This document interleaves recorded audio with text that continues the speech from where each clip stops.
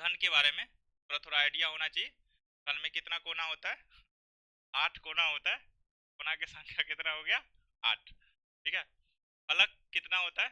जिसको फेस बोलते हो, फलक होता है 6। ठीक है। 8 कोना तो जानते हो, फलक किसको बोलते हैं? देखो, जिस रूम में तुम बैठे हो उसको एक घन मान लेते हो, तो छत देखो और नीचे वाला देखो ग्राउंड, तो दो ये हो गया तुम्हारा राइट साइड और लेफ्ट साइड, 4 हो गया। और तुम्हारे सामने वाला दीवार और एक तुम्हारे पीछे वाला दीवार, ये सब क्या हुआ? फलक। फलक कितना हुआ? 6। किनारा कितना होता है? 12। ठीक है। किनारा उसको बोलते हैं जब दो फेस जहाँ पे मिलता है ना, हम किनारा।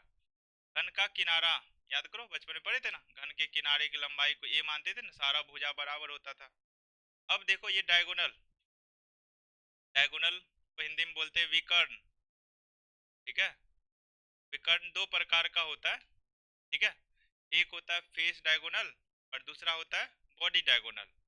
फेस डायगोनल मतलब हुआ फलक का विकर्ण, मतलब फलक पे अगर दो विपरीत फलक को तुम ज्वाइंट कर दो, ठीक है, तो उससे जो विकर्ण बनेगा उसी को बोलते हैं हम क्या? फलक विकर्ण। इसका लंबाई याद रखना है, थोड़ा सा गणित लगाना है, पाइथागोरस थ्योरम लगाओ और ये कितना आएगा सॉल्व होके?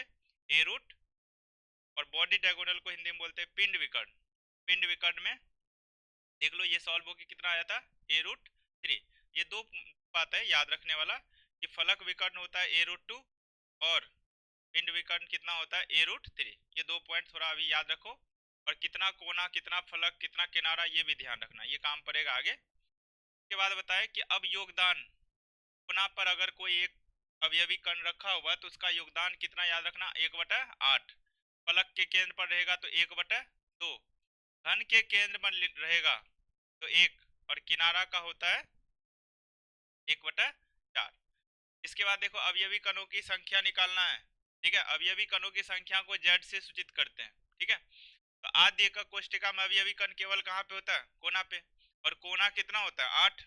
कैसे निकालेंगे? जेड बराबर 8 को कोना हो गया, एक कोना की वजह से हुआ 1/8, तो सॉल्व करके कितना है? 1। तो आद्य एकक कोष्ठिका में जेड का वैल्यू कितना आया? आद्य एकक कोष्ठिका में जेड का वैल्यू कितना आ गया? 1। दूसरा है अंतः केंद्रित एकक कोष्ठिका। तो देखो इसमें अंतः केंद्रित एकक कोष्ठिका में अवयवी कण कहाँ पे होता है? अवयवी कण कोना पे और बीच सेंटर पे। ठीक है। घन के एकदम बीचों बीच। ठीक है। रूम में अगर मान लो ये, अगर घन मान लेते हो तो चारों 8 कोना तो हो गया, और एकदम रूम के बीचों केंद्र में, बीच केंद्र में अगर एक अवयवी कण होगा तो उसको हम बोलते हैं अंतः केंद्रित एकक कोष्ठिका। उसमें अवयवी कण निकालना है तो कोना देखो कितना है? 8। तो इसके वजह से 8 गुना एक कोना का योगदान होता है 1/8, तो 8 गुना 1/8 1 हुआ, और एक बीचों बीच, तो कितना वैल्यू हुआ?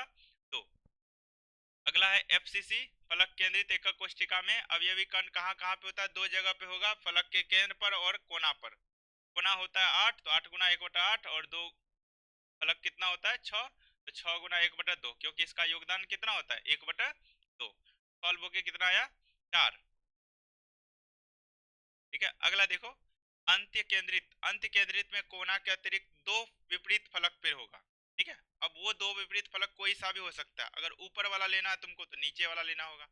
राइट साइड वाला फलक लेते हो तो लेफ्ट वाला लेना होगा, राइट लेफ्ट एक साथ। अगर फ्रंट वाला लियो तो एक फ्रंट वाला और एक बैक वाला, कोई भी दो विपरीत फलक सेलेक्ट कर सकते हो अपने मन से। तो जैसे यहाँ पे 8 गो कोना है, 8 कोना की वजह से 1/8 गुना 8, अब फलक हो गया 2 गुना 1/2, ये वैल्यू कितना आ गया? ठीक है।